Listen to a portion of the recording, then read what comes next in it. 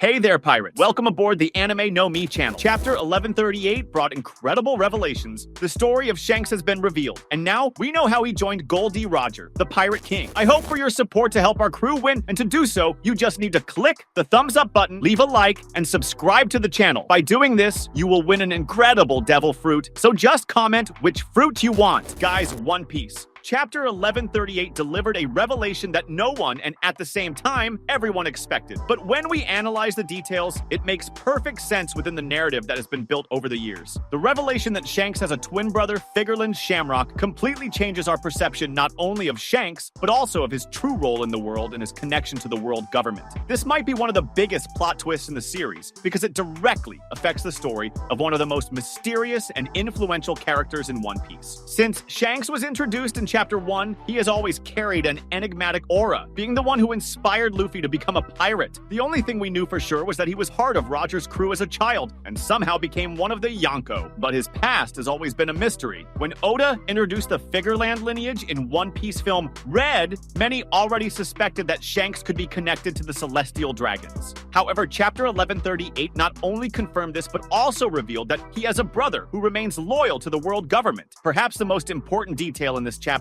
is the dialogue between Loki and Shamrock. When Loki questions how someone with Shanks' face could be a celestial dragon, Shamrock does not hesitate to respond that Shanks is his younger twin brother, but that he chose to live in this filthy lower world. This detail changes everything because it confirms that Shanks is not just a former world noble. He had the option to return to Mary Joyce and refused. This raises several questions. Why did Shanks choose to live as a pirate? When did he discover his origins? And most importantly, what is his relationship with the world government now? Another interesting point is that Shamrock mentions that Shanks returned to Mary Joyce once. This could mean that at some point in the past, he considered rejoining his family, or at least trying to understand his origins better. Maybe it was something related to Roger's disappearance, or even the beginning of his journey as a captain. This could also explain why Shanks seems to have a certain level of respect for the world government, despite being a pirate. Perhaps he has information that makes him believe a direct conflict with them is not the best option. The introduction of Shamrock also creates an interesting contrast to Shanks. While Shanks became a pirate, Shamrock took the opposite path and became the leader of the Holy Knights. If we analyze the structure of the villains in One Piece, it is common for Oda to create rivals who are reflections of the protagonists with opposing philosophies. Shamrock could be exactly that for Shanks.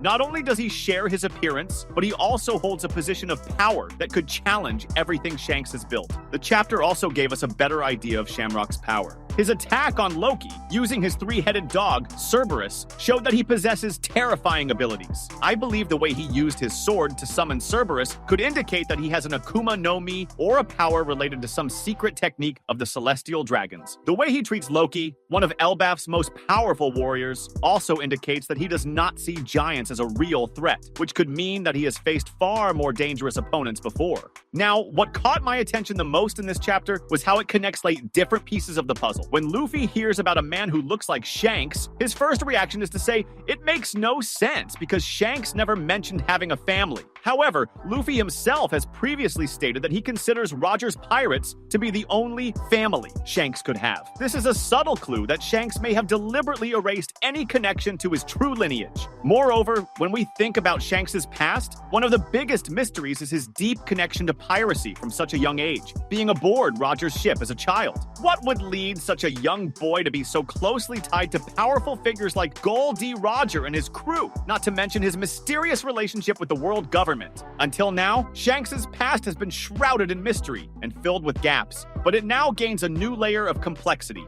If he really has ties to the Figureland family, and therefore to the Celestial Dragons, this connection may have directly influenced his choices over the years. I think this point should not be overlooked. Shanks grew up in a privileged reality, but was able to choose his own path, something that can be seen as both a victory and an ongoing internal struggle between his past and his present. Perhaps the most intriguing point is how Shanks might have been introduced to Roger during the battle against Rox D. Gzabek. As far as we know, Shanks is extremely young, but it is plausible that his his family was among those affected by the violence and destruction caused by Zebek's empire during the God Valley incident. During that period of chaos, many noble houses were destroyed, and their wealth and territories were plundered, including those directly linked to the world government, as happened in God Valley. What I imagine is that Shanks lost his family around the same time Zebek's empire fell, leaving him adrift without his clan and without the possibility of inheriting any kind of status or power. Thus, he would have become a war orphan, someone without a powerful lineage to keep him within the circle of the celestial dragons. This could explain the crucial moment when he met Roger. Roger, being the captain of the Rogers and someone with his own vision of the world and the role of the powerful, might have seen in Shanks something more than just a mere child. He could have recognized in Shanks the spark of a leader, someone who, despite being born under a noble surname, had the potential to be much more than just an heir. In many ways, I believe Roger saw in young people like Shanks the potential to shape the future, not by following the traditional rules of nobility or the world government, but by creating their own story.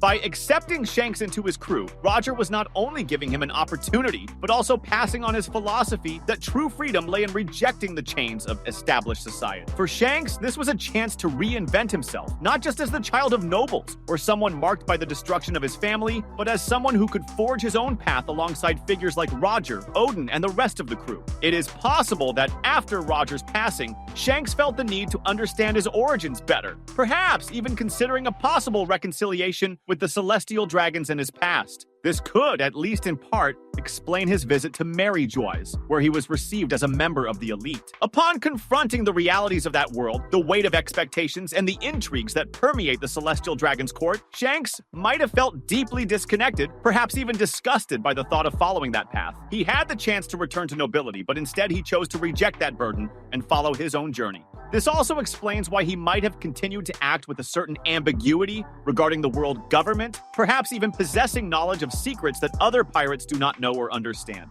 He knew that facing them directly and absolutely could be destructive, but his balanced stance as a pirate, avoiding total confrontation, might have been his way of navigating between these two worlds without being consumed by either. Furthermore, Shanks' return to the world of piracy, perhaps influenced by a more mature perspective on the system and the world's struggles, could explain why he adopted a more diplomatic and balanced approach toward other pirates and the world government. If he truly held valuable information about the world's secrets, such as the contents of the Poneglyph Stone, he might have chosen a stance of strategic neutrality, avoiding aggressive involvement in direct conflicts. Unlike many other pirates, Shanks always seemed to calculate his actions in a way that prevented major escalations of violence. This leads us to consider the idea that he, indeed, has a broader vision for the future of the world, understanding that the key to true revolution or change is not just in fighting, but also in building alliances and understanding the true mechanisms that govern power. His meeting with Luffy, therefore, was not just a coincidence or a symbolic gesture of friendship, but something deeper. Shanks and Luffy, in very different ways, share a similar mission. Both represent a break from the system Shanks through piracy, armed with deep knowledge of what truly happens behind the scenes of the world,